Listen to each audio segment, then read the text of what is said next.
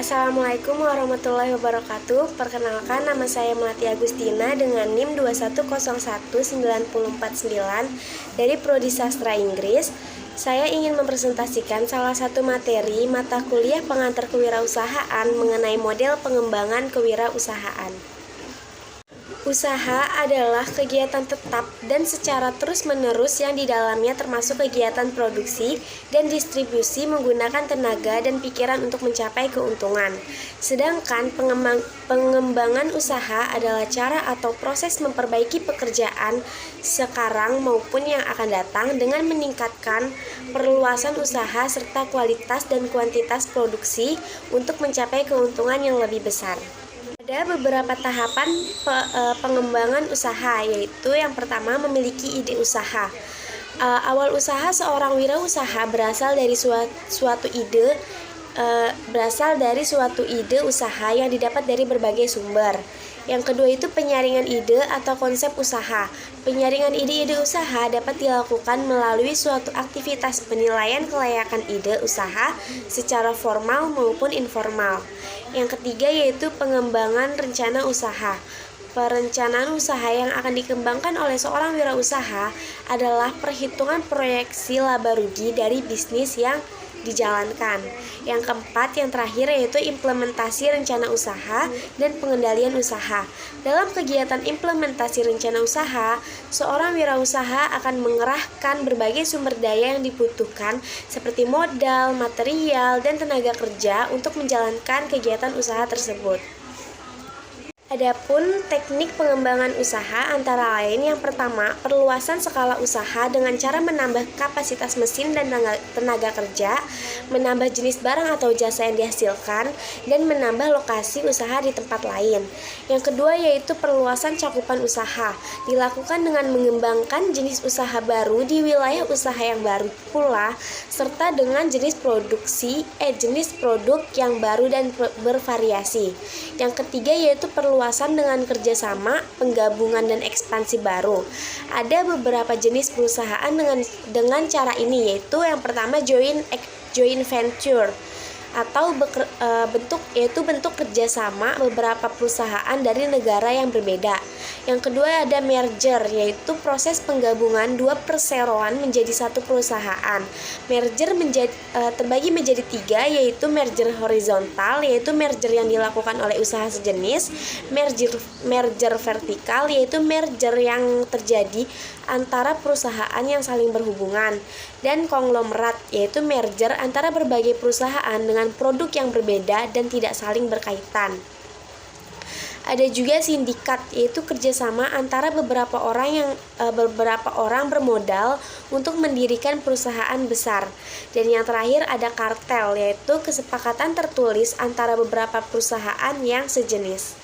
4 jenis strategi pengembangan usaha. Yang pertama yaitu strategi integrasi vertikal, artinya menghendaki agar perusahaan melakukan pengawasan yang lebih.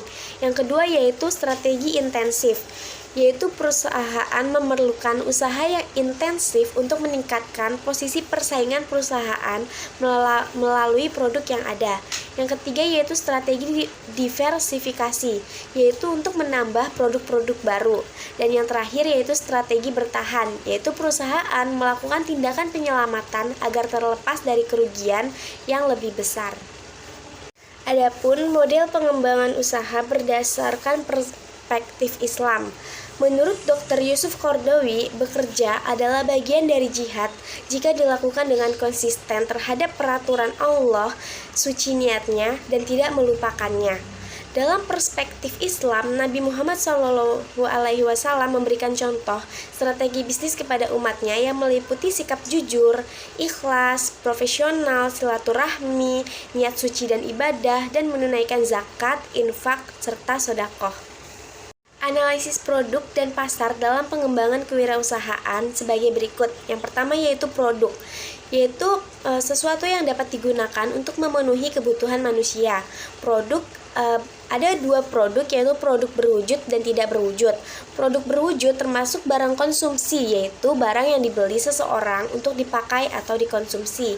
Ada pula barang industri, yaitu barang yang dibeli bukan untuk digunakan sendiri, melainkan untuk perusahaan.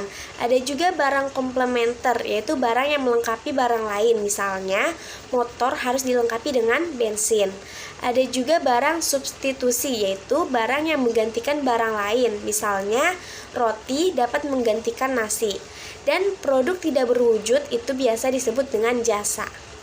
Selain produk, ada juga pasar. Pasar yaitu sarana untuk memasarkan produk. Ada 3 unsur yang membentuk pasar, yaitu orang atau pribadi. Orang atau pribadi beserta anggota keluarganya merupakan unsur utama yang membentuk pasar, karena mereka memiliki kebutuhan yang potensial untuk dilayani oleh pengusaha, seperti makanan, minuman, dan pakaian. Yang kedua yaitu kebutuhan, seperti bahan dasar produk atau peralatan pabrik. Yang ketiga yaitu daya beli. Untuk meningkatkan daya beli, maka penciptaan produk didasarkan pada keinginan dan kebutuhan konsumen. Perusahaan harus merencanakan marketing mix untuk memaksimalkan penjualan dan keuntungan. Marketing mix bisa terdiri dari yang pertama yaitu strategi produk, yaitu dengan melakukan penentuan logo dan moto, menciptakan merek, menciptakan kemasan, dan membuat keputusan label. Yang kedua yaitu strategi harga, penentuan harga untuk mencapai tujuan yang dituju agar tidak berakibat fatal terhadap produk yang ditawarkan, seperti tidak lakunya produk tersebut di pasar. Ada pula strategi tempat, yaitu pendistribusian produk yang sudah ada. Dan yang terakhir yaitu strategi promosi, yaitu dengan mempromosikan produk jasa yang dimilikinya dapat dilakukan dengan periklanan, promosi penjualan, publisitas, dan penjualan pribadi. Terakhir yaitu beberapa langkah perencanaan pengembangan unit bisnis, yaitu yang pertama visi dan misi unit bisnis, yaitu pernyataan yang luas dan bersifat tahan lama tentang keinginan atas tujuan unit bisnis. Yang kedua yaitu analisis lingkungan eksternal yang akan menghasilkan peluang dan ancaman perusahaan. Yang ketiga yaitu analisis lingkungan internal yang akan menghasilkan kekuatan dan kelemahan perusahaan. Yang keempat yaitu perumusan sasaran berupa profitabilitas, posisi pasar, produktivitas, kepemimpinan teknologi, dan lain-lain. Yang kelima yaitu perumusan strategi, yaitu merancang strategi untuk mencapai tujuan. Yang keenam, perumusan program untuk mengembangkan produk. Yang ketujuh, melaksanakan strategi, yaitu mewujudkan strategi yang sudah disusun sebelumnya. Dan yang terakhir, yang kedelapan, yaitu pengendalian, yaitu dengan mengamati hasil dan memantau perkembangan baru di lingkungan internal dan eksternal. Baik, sekian presentasi dari saya. Kurang lebihnya saya mohon maaf. Wabillahi taufiq wal hidayah. Wassalamualaikum warahmatullahi wabarakatuh.